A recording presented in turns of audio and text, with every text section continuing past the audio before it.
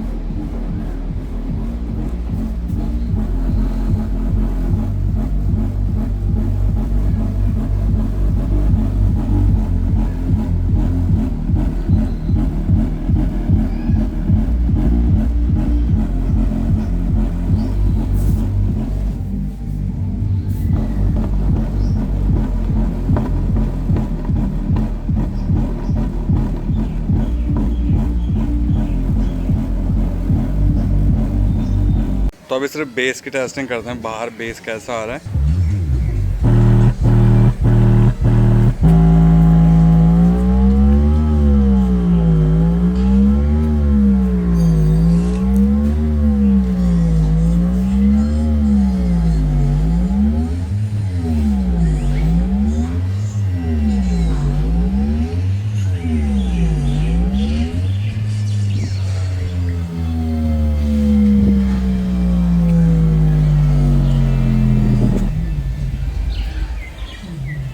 राधे आप क्या कर रहे हो?